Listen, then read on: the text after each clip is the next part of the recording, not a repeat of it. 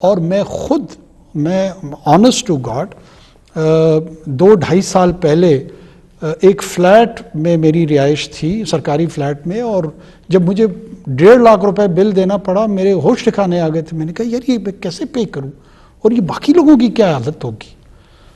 یہ مسائل ہمارے ہیں، اور مجھے 8ویں دن تبرہ بھیجنا شروع کر دیا۔ میری حکومت میں آئے ہوئے شاید 9واں دن تھا یا 10واں دن تھا، اور اس میں آپ ہیڈ لائنز لگا رہے ہیں، تو کیا آپ یہ عوام کو درست انفارمیشن پہنچا؟ میں کوئی قیامت تک یہاں نہیں بیٹھا ہوں، ہمیں پتہ ہے ہمارا سٹینٹ جو ہے نا اس نے ختم ہونا ہے اور بہت جلد ہونا ہے۔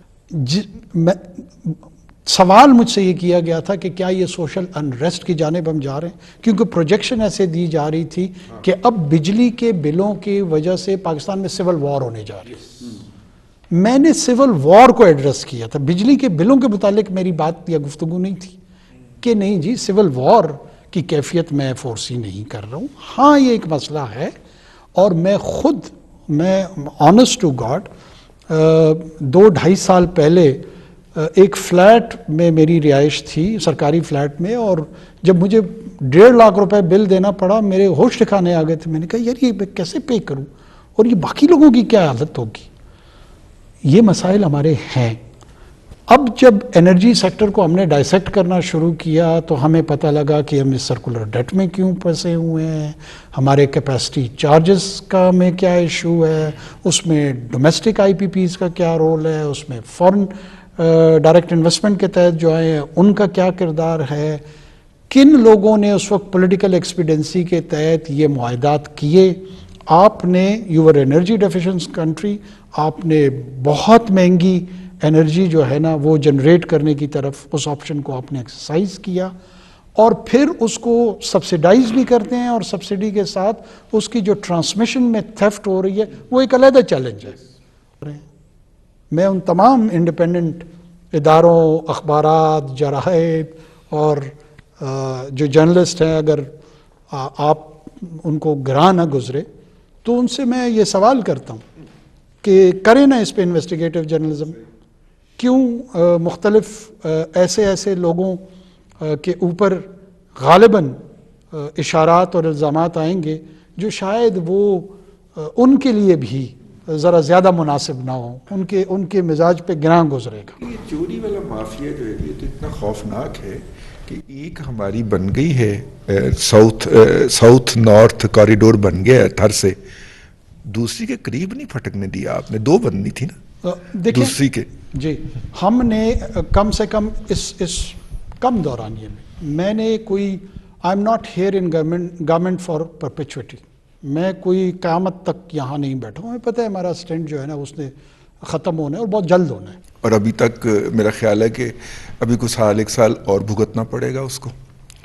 فیول کی پرائسز انٹرنیشنلی بڑھانی تھیں ہم نے، لیکن اس حوالے سے ایک سپریڈ چلایا جاتا ہے، تھریڈ چلایا جاتا ہے کہ جناب حکومت فلاں کے ساتھ مذاکرات کر رہی ہے، بجلی کے بل کم ہونے جا رہے ہیں، نظر ثانی ہونے جا رہی ہے، یہ ہو جائے گا۔ Being a student of those issues مجھے پتا تھا یہ نہیں ہو سکتا۔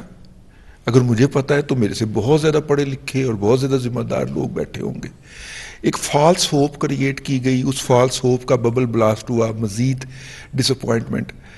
آپ نہیں سمجھتے کہ اس طرح کی فالس ہوپ کے ڈیولپ ہونے سے پہلے ہی اس کو سوئی لگا دینی چاہیے تاکہ وہ ان ایکسپیکٹڈ نہ ہو؟ اور آخری بات کہ لوگ اب بھی توقع لگائے بیٹھے ہیں کہ آپ کو جادو کی چھڑی گھمائیں گے اور بجلی کے بل کم ہو جائیں گے، گیس کے بل زیادہ نہیں آئیں گے۔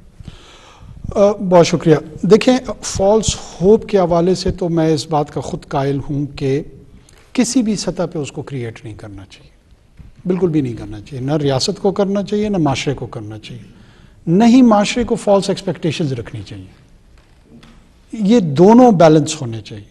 کیا ہم نے فالس ہوپ کریٹ کرنے کی کوشش کی؟ سب سے پہلے تو میں آپ کو یہ عرض کرتا چلوں کہ میری جو پہلی میٹنگ تھی نا as a caretaker prime minister, that was about energy sector and the prices related to that.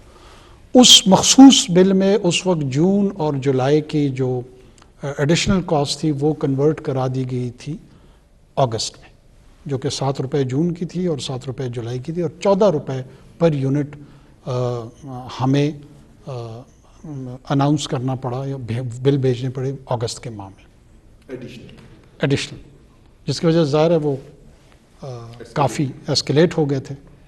اب یہ کیوں کیا گیا، کس نے کیا؟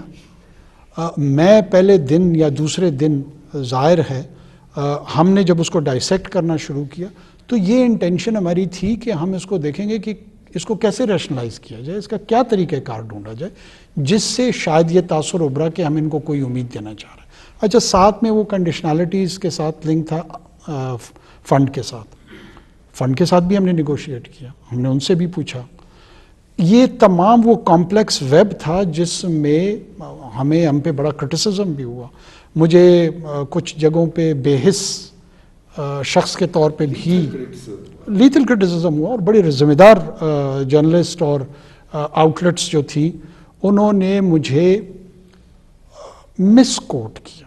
انہوں نے مجھے ایسی ہیڈ لائنز لگائیں جو کہ مس لیڈنگ تھی. جو بات میں نے نہیں کہی تھی وہ بھی مجھ سے منسوب کی گئی.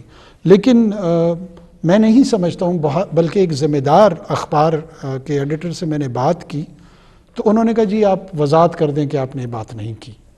میں نے کہا جی وضاحت میں اس بات کی کروں گا جہاں میرا جملہ یا لفظ غلط تناظر میں استعمال ہوا ہو تو میں اس کی وضاحت کر دوں گا. ایک بات میں نے کہی نہیں ہے، اس کی تردید آپ جاری کریں، میں کیوں کروں؟ یا تو وہ بات میں نے کہی ہو اور اس کا تاثر میرے جملے یا لفظ کی وجہ سے ایسا جا رہا ہو تو مجھے ضرور اس کی وضاحت کر دینی چاہیے، وہ میرا رائٹ ہے اور میری رسپانسبلٹی بھی ہے.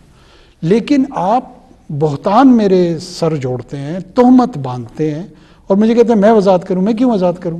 کیونکہ آپ کی کریڈیبلٹی خراب ہو رہی ہے، آپ کا بہت بڑا نام جو ہے وہ شاید کمپرومائز ہو رہا ہے. تو بہرحال پھر آپ کو اتنی سینس آف رسپانسبلٹی دکھانی چاہیے.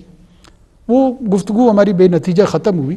لیکن میں جو عرض کر رہا ہوں وہ یہی کر رہا ہوں کہ یہ وہ ڈے ٹو ڈے مسائل ہوتے ہیں جہاں پہ بعض اوقات بالآخر آپ کو سچ ہی بولنا پڑتا ہے. اور ہم نے بولا ہے